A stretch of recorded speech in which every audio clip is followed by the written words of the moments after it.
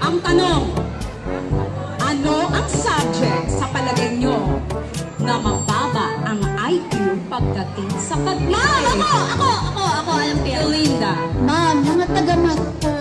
Alam mo kung bakit? Ano ulit? Hindi po sila makamove on kasi lagi nila hinahanap yung value ni X. Ano ang subject?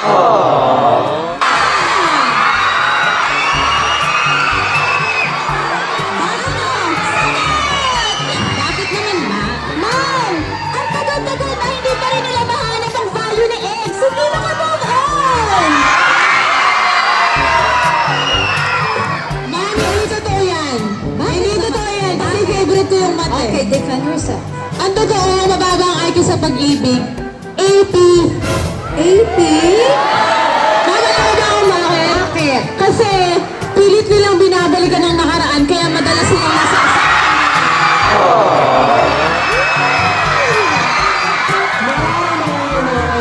Huwag yung dinamay ang araling panlipunan. Dahil ang araling panlipunan na ay makasaysayan lalo na sa mga nagmamahalan. Alam mo, tignan niyo yung science. Dahil pinag-aaralan nila ng formula, pero kahit pinag-aaral nila, wala pa rin chemistry. Ito pa, ang malupit. Anong malupit? Nagpo-focus sila kay Newton. Ang lakas maka-impluensya ng law of gravity. Ginagawang libangan ang ma-fall. Okay, sandali lang ha. Perfect! Sandali, yung grade mo sa akin, perfect. Ma'am, wait lang po. sige. I-defend ko lang po yung science. Alam mo, Sal. Basta pag mga science po yun, mapagmahal talaga yan, ma'am. Ang mababang IQ sa pag-ibig, ma'am, mga taga-mape. Mape? Mga ma'am. Kasi mahilig silang tumakbo. Ang hirap abutan ng may hinahabol na iba.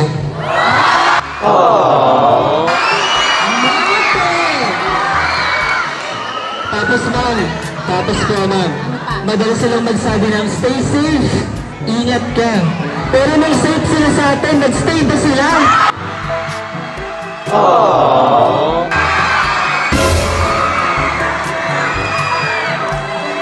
Ayan ha, huwag tayong tatawag. Gala lang, ma'am. O sige, ano naman sa'yo? Akala ko na nagkaibigan ko.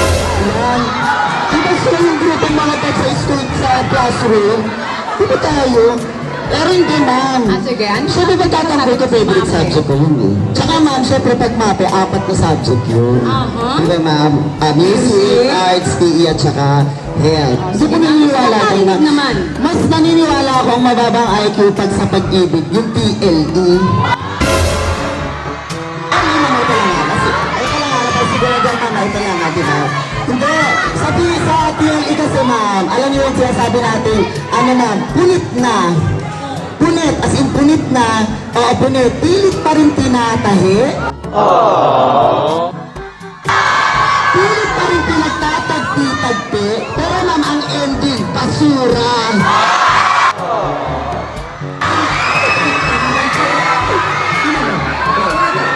Pwede lang. Okay.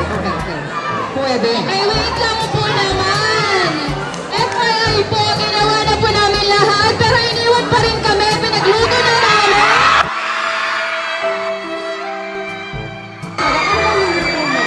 Pork adobo. Iniwan pa rin kami. Ba't hindi nyo tanongin ang mga taga-Filipino?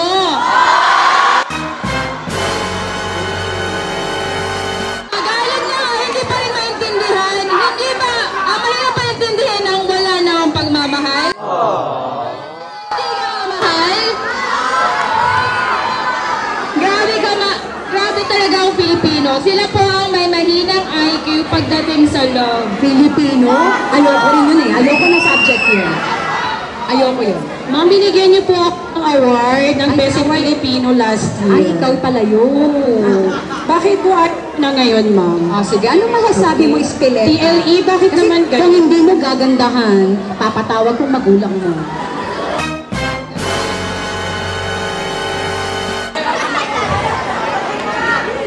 Bakit naman ganun? Bakit hindi natin tanungin yung mga paborito yung ESP? Biruin mo, bait pinagkaitan ng mga taga-ESP. At the same time, pinag-aaralan daw sa ESP ang pagpapahalaga sa pagpapakatao. Eh hindi nga niya kayang pahalagahan yung taong nagmamahal sa kanya.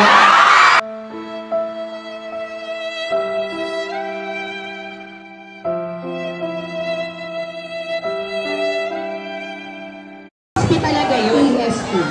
Sino ang pwedeng magbigay ng kanyang puro-puro tungkol sa ESP? Ma'am, ako din po nabigyan niyo bang best in ESP. Paborito ko po ESP. Hello. Ano ma'am, diba sa ESP po kasi tinuturuan po tayo kung paano tayo magmahal ng isang tao. Siyempre, nagawa ko yun pero siyang nagkulang.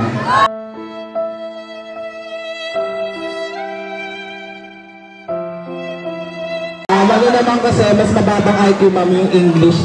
Yung paborito sa English. Ano ma'am? English. Yes ma'am. Ang daming mga rules o grammar rules na kinokorek nila pero yung kanilang sarili din nila turuan ng kung paano magmahal sa isa't isa.